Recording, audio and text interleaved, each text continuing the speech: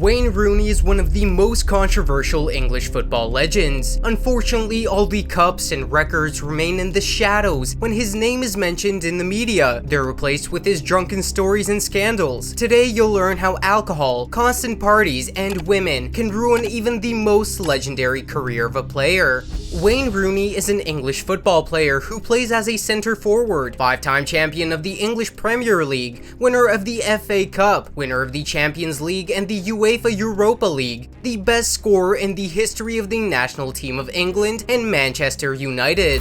Wayne was born and raised in the suburbs of Liverpool. The guy who loved the game was growing ahead of time, competing with older opponents. His skill level surpassed his peers by several times. Playing for the Everton youth team, he scored 114 goals in 29 matches. Such a big difference with his peers allowed him to play for the U19 team at the age of 15. To draft such a young player, the Everton scouts had to try very hard because Liverpool was interested in the player, but Wayne's parents instilled a love for Everton in him from childhood. The player developed rapidly. As a teenager, he started playing in Premier League matches. One of the matches made him famous. On the eve of his 17th birthday, Rooney made the whole country talk about him. In the game against London Arsenal, which had not lost 30 matches, Rooney entered the field in the 80th minute with an even score of 1-1. After 10 minutes, he received the ball and scored a beautiful goal against Arsenal. Wayne Rooney, remember that name, the commenter shouted. What do you make of Wayne Rooney? It's a special goal and a special talent. It's the biggest English talent I've seen here since I'm in England. 3 months after that goal, Rooney signed his first professional contract and started playing in the starting lineup of Everton. In his debut season, the player did not score many goals, but for a 17-year-old player, 33 matches and 6 goals in the Premier League seemed like a dream. In the same year, he became the winner of the BBC Young Sports Personality of the Year award. Everyone was talking about him, but that was just the beginning. It didn't take long for him to get picked for the national team, and at the age of only 18, he managed to stand out twice in the match against Switzerland in the second round, and became the youngest scorer in the history of the Euro. In the next match with Croatia, Rooney did a double again and approached the quarterfinals with Portugal as England's new idol, but the fans' dreams of the title were cut short by a cruel reality. At the beginning of the match, Rooney was injured. Without the young forward, England lost to Portugal in a penalty shootout. After the Euro, he continued his ascent with Manchester United under the guidance of Sir Alex Ferguson. The club paid $27 million for Rooney's transfer. This amount did not become a record, but it was the most expensive transfer of such a young player. At 18 years of age, this was this huge potential. Hopefully, if we've got it for 10 years, 27 million is nothing. The consequences of the injury delayed the debut for a month, but one match was enough for the young Rooney to prove that $27 million was paid for a reason. Nothing could hold back the Englishman that day. A hat-trick and 1 assist in the opening match.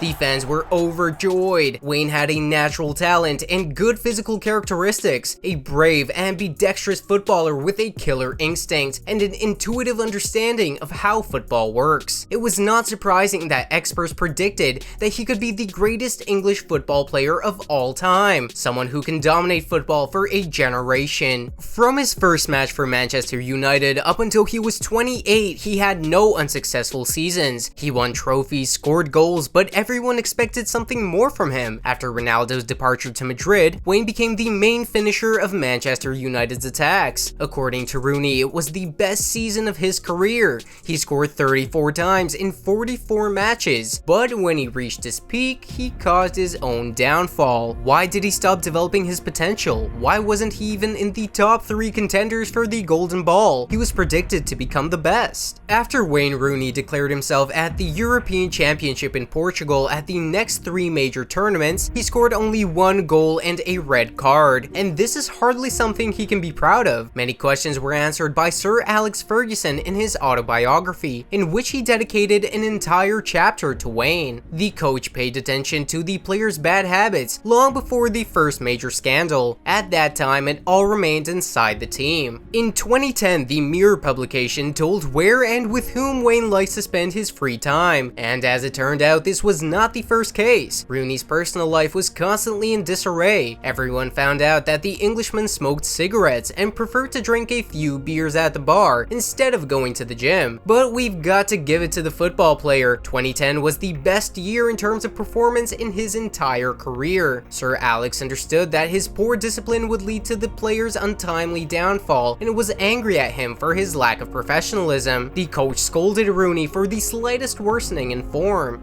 The only thing Manchester was not ready for was that the football player would leave, and the media news about his departure from the club appeared one after another. I was in the office on August the 14th and David phoned me. He'd got a phone call from his agent saying that he wasn't signing a contract. I just was dumbfounded. I could not understand it at all, because only months before he's saying he's the greatest club in the world, he wanted to stay for life, and we just don't know what's changed the boy's mind, really. The Englishman turned from a hero into a traitor. Even more surprising is why he decided to leave. It sounds like this: the club does not match my ambitions. These ambitions immediately subsided as soon as Manchester United offered him one of the highest salaries in the Premier League. After all this, it was hard for the fans to accept him back, but instead of trying to regain their trust, Wayne began to get caught more and more in the lenses of cameras drunk.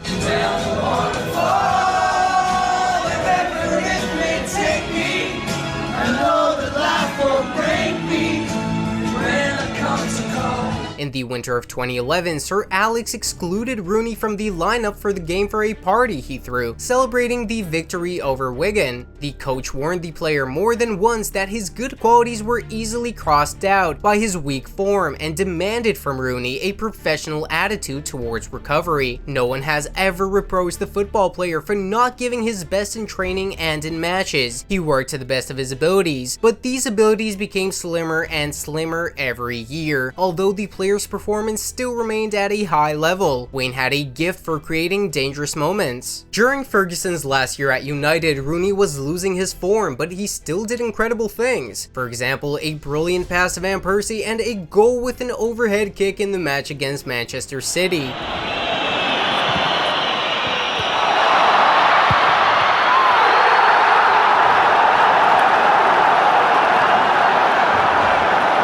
Such moments only confirmed his skill level, but as time went on, it became increasingly difficult for him to play for 90 minutes, and he was only 28 years old. After the retirement of the head coach, Rooney's level of play began to decline. He didn't have time to put out either in attack or defense. In addition, the team's results went down dramatically, and instead of trying to resolve the situation as captain, Rooney was increasingly visible off the field, which further aggravated the atmosphere within the team. Over time, it became obvious that the football player could no longer keep up with the United level. Yes, the problem started under Ferguson, but because of the good statistics, they were not so obvious. At 30, Rooney looked more like a veteran who was invited to take part in a show match. Journalists and viewers had not yet had time to recover from England's disastrous performance at Euro 2016, and then the captain of the national team was caught drunk at the hotel where the team was at the time of preparation for the matches. The photos immediately spread all over the media. Rooney left the national team under the pretext of a knee injury and never played in the national team again. Having lost his previous form, he moved to Everton, where he played 1 season, but tired of the workloads of the Premier League, Wayne decided to move to the American Championship. At the DC United club, his salary was higher than the rest of the club's players. For such generosity, the Englishman scored 26 goals, one of which became a highlight in his career. Rooney scored a goal by hitting the ball from his own half of the field.